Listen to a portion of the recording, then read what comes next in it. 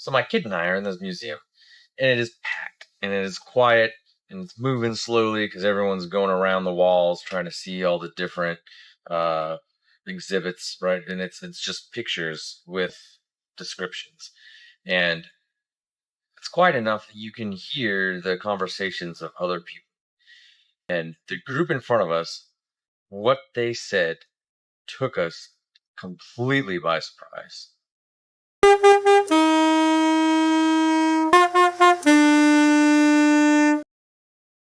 All right. Today is Saigon, Vietnam, aka Ho Chi Minh City. Used to be Saigon. Ho Chi Minh came down and was like, what up? My city now. Let's call it Ho Chi Minh City. So now it's called Ho Chi Minh City. We're going to rate it with my rating system I've come up with. Got 5 categories right. Talk about cost, cleanliness, transportation, things to do, and welcomeness. Rated on a scale of 1 to 10. 10 being the better of all of those, right? Like cost, higher score doesn't mean more expensive. Higher score means better. Better is cheaper. Boom. And then at the end, we come up with the final score with some crazy math that doesn't make sense. I'm not going to explain it, but this system is explained in greater detail in a video that is down here in the description. Should be pointing to where the description's at. Look in there, link, video, description of our rating system in detail with graphics. You can read words about it. It's awesome. So let's start right off, right? We're going to start with cost in Ho Chi Minh City. And it's just like Da Nang, which hopefully there'll be a link floating around here somewhere to the Da Nang video.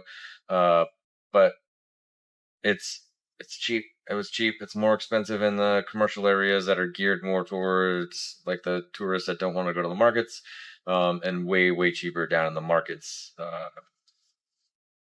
where you go, just like I've said in about every video so far in this series. So for cost, give it a 7.5. Pretty high score. Means it's pretty cheap. Awesome. Cleanliness, again, very similar to Da Nang. There's a big difference between the cleanliness in like the commercial areas, the nice malls where you buy nice new things that you know for a fact are real, probably. A difference between that and down in the markets where like the local shop, things are way cheaper. They're also a little bit dirtier. It's really not that bad though. There are definitely cities in the United States that are way worse than what we saw in Ho Chi Minh City or Saigon.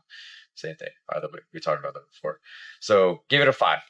Average G. Transportation, again, just like Da Nang, I'm not gonna lie to you. I'll be right up front. We had a chartered bus that we rolled around.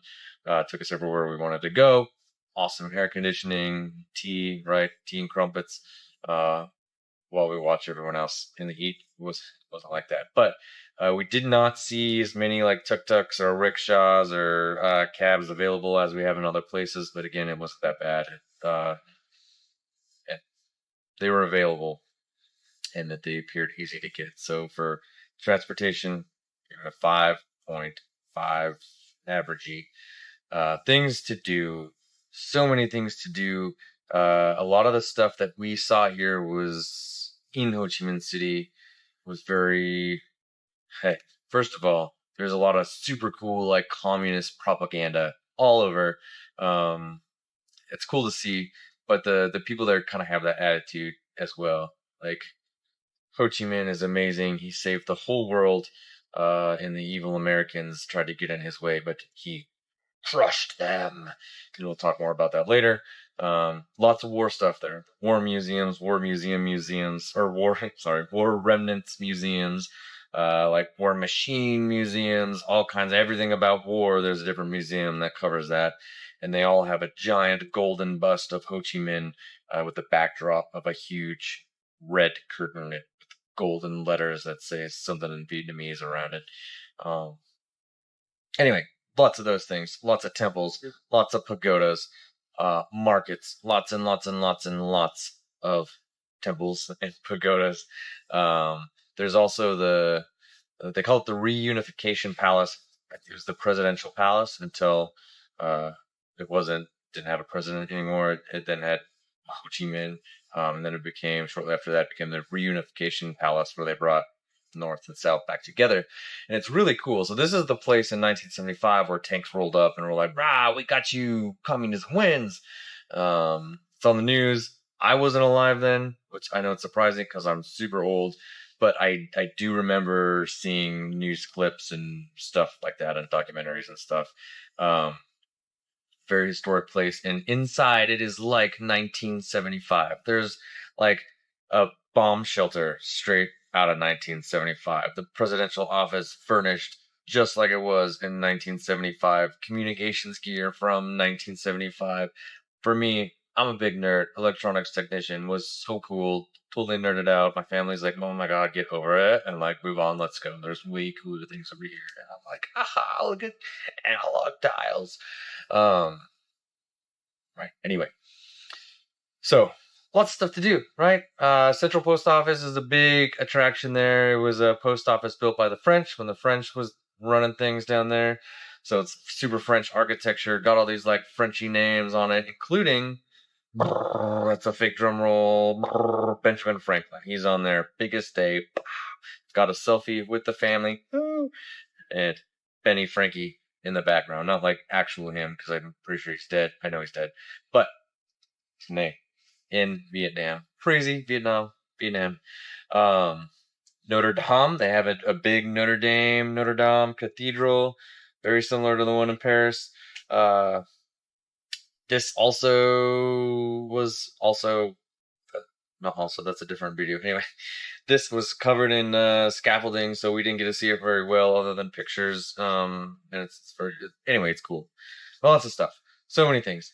8 on things to do because it goes on and on. I could talk for another hour. Not going to. Last category is friendliness. It was a weird one. The people were very friendly. They were not afraid to talk about how much they didn't like, not that they don't like Americans, but they didn't like American involvement in the war. There were periods where we felt uncomfortable, not like unsafe by any means. We just was like, huh, yeah, cool. You still hate us for that. You're gonna be nice, but you're still upset that happened, which is totally understandable. I'm not saying that's the wrong way to be. It's gonna bring the welcomeness score down because you could feel it. So welcomeness, we give it a 4.5. Don't take that wrong. It's very safe. They're very nice. It's uncomfortable at times. That brings us to final score. Let's review first. I'm going to stop the fake drum roll because it's weird. Cost 7.5. Cleanliness 5. Things to do. We skipped one. Transportation 5.5. Things to do 8. And welcomeness 4.5 for a final score of. You're going to go to this side this time. 61. There's a graphic. If it's just a podcast, you can't see it, but you can see in your head there's a gauge. It says 61, like a race car gauge. And that's the score, 61. So not great, still high, still in the green, still definitely recommend it. The place was great, right? The score might not have been great, but we had a lot of fun there. One of my kids, I'm pretty sure this was his favorite spot. So definitely recommend. In the beginning, we were talking about, right? So we're in the museum and we hear the people in front of us, and they were just reading the descriptions. The descriptions in the War Remnants Museum, and the very, very graphic photos of the Vietnam War.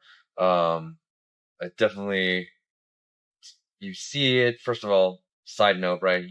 In this museum, you see the war from Vietnam's perspective. And it's a little bit different than how we learned it. In the States, I was not alive in the Vietnam War, right? Because I'm old, but young. Anyway, you learn a little different. Not that what you learn is a lie. What you learn is just kind of a watered down version of what really happened. Well, from what I've put together through my life. But there is no filter there. It is pictures and descriptions that put it out, and some of the descriptions are very, very. It sounds propaganda-y. That they're like the vicious Americans in their overuse of force dropped more ordnance, blah blah blah, and caused all these horrible things. Not necessarily untrue, but the way it's worded, and these people saying it out loud and the comments following it definitely made us feel uncomfortable. And not in a way like we were not safe, but in a way that's like, wow, we didn't really realize all of all of the types of involvement that we had, and being there amongst the people that were there. And there's definitely people in the museum at the time that would have been alive during that time frame. So you're there with them as they're remembering what really happened to them, and you're just learning about the extra little bits. Anyway, it was weird. It's a super cool experience. Definitely recommend it to everybody. Ho Chi Minh City used to be Saigon. Go there. Bye.